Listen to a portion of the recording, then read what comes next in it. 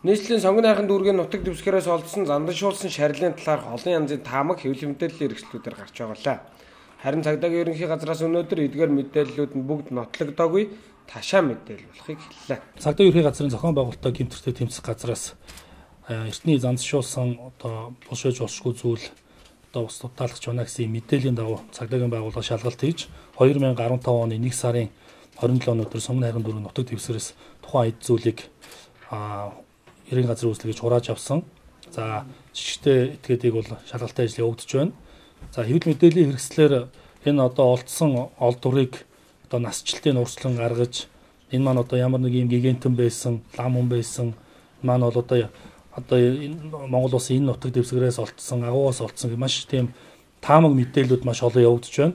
За одоогор бол мөрдөн байцаалтын ажиллагаа явагдаж байгаа учраас бол энэ бүх зүйл нарийн тогтоогдоогүй байна.